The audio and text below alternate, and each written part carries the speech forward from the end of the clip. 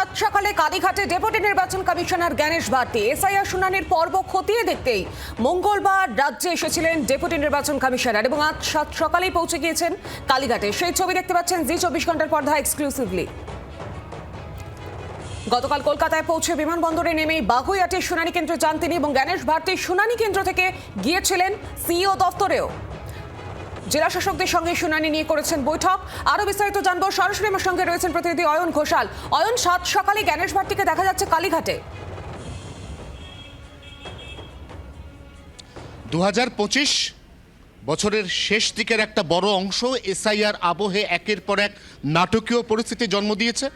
আগামীকাল নতুন বছর 2026, রাজ্যে মেগা বিধানসভা নির্বাচন, যে নির্বাচনের আগে এই এসআইআর অর্থাৎ একেবারে চূড়ান্ত সংশোধিত ভোটার তালিকা নিয়ে উত্তাল হয়েছে রাজ্য রাজনীতি, বিস্তর চাপানুতোর।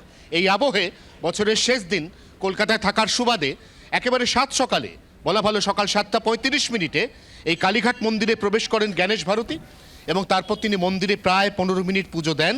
তবে তিনি মায়ের কাছে ঠিক কী চাইলেন এ নিয়ে খোলসা করে কিছু বলেননি জ্ঞানেশ ভারতী। আসলে তিনি যে কাজে কলকাতায় এসছেন গোটা বিষয়টা অত্যন্ত কনফিডেন্সিয়াল, কারণ বহুতলে আলাদা করে তিনি এসআইআর কেন্দ্র গড়া সম্ভব কিনা, বহুতলে বিএলও পাঠিয়ে আলাদা করে সেখানে সেন্টার বা শিবির তৈরি করা সম্ভব কিনা, এই যাবতীয় বিষয়গুলি পর্যালোচনা করবেন আজ।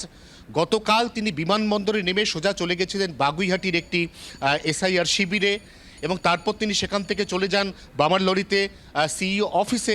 অর্থাৎ তিনি কলকাতায় এসছেন একেবারে প্যাকড আপ কর্মসূচি নিয়ে। তার মধ্যে সকালে যে মূল কাজের স্রোত, এই স্রোত চালু হওয়ার আগে মায়ের কাছে পুজো দিয়ে গেলেন জ্ঞানেশ ভারতী। জি 24 ঘন্টা তাকে জিজ্ঞাসা করেছিল তিনি ঠিক কী চাইলেন মায়ের কাছে, তিনি কিন্তু কোনো উত্তর দিলেন না। ধন্যবাদ অয়ন।